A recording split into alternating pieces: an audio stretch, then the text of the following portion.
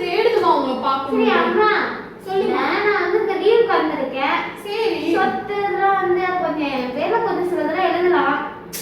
அது என்னமா உனக்கு பையனுக்கு தானே எல்லாமே. ஏன்னா உனக்கு தான் நகை போட்டு கட்டி கொடுத்துட்டல அப்பயே. உனக்கு 50 பவுன் நகை போட்டு கொடுத்து ஊரே திரும்பி பார்க்குற அளவுக்கு வசதியா கல்யாணம் பண்ணி கொடுத்துருக்கேன். டிவி, ஃப்ரிட்ஜ், வாஷிங் மிஷின், பீரோ, கட்டில், ட்ரெஸ்ஸிங் டேபிள், இவ்வளவும் அப்புறம் சமையல் தேவையான அத்தனை ஜாமாவும் இவ்வளோ டிஷ்வாஷர் எல்லாமே வாங்கி கொடுத்துட்டேம்மா. இன்னும் என்னமா சொத்து சொத்துங்கிற.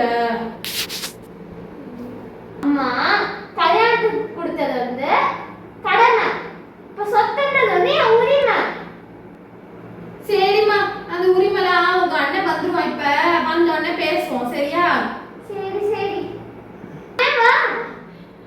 வரேம்மா. நான் தான் உன்னை கூப்பிடணும். 2 வருஷம் கழிச்சு வெளிநாட்டிலேருந்து வந்திருக்கிற. சரி எங்கள் மாப்பிள்ளை பிள்ளைங்க உங்கள் அத்தை எல்லாம் நல்லா இருக்கிறாங்களாம்மா?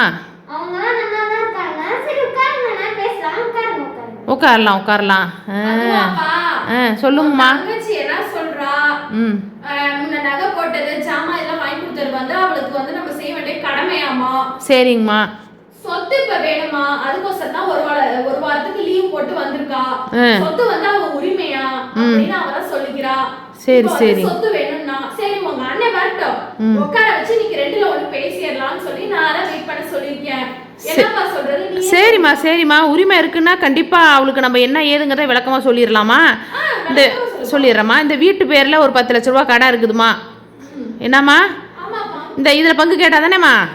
இப்போ இது வந்து வீடு வந்து நம்மளுக்கு கடனில் தான் இருக்குது. அதனால் அது ஒரு 5 லட்ச ரூபாம்மா. சரியா?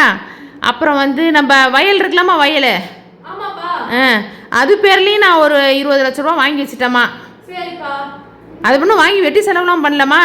எல்லாம் இவள் கல்யாணத்துக்கோசரம் தான் எல்லாம் வச்சது தான். நம்ம இன்னும் கொஞ்சம் கொஞ்சமாக தானேம்மா கட்டிக்கிட்டு இருக்கிறோம் திருப்பி நம்ம. இருமா ஒன்று ஒன்றா வரேன். இதில் ஒரு 5 லட்சம், அதில் ஒரு 10 லட்சம் அவள் கொடுக்கணுமா. அப்போ 15 லட்சம் ஆச்சாம்மா அவளுடைய உரிமை.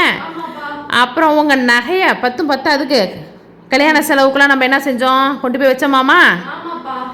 அது ரொம்ப இல்லைம்மா, அது ஒரு 10 லட்ச ரூபாய்க்கு தான் வச்சுருக்குறோம். அதுலேயும் ஒரு 5 லட்ச ரூபா மொத்தமாக அவளுக்கு 20 லட்ச ரூபா உரிமை இருக்குதுமா இந்த வீட்டு இங்கே நம்மள்கிட்ட. சரி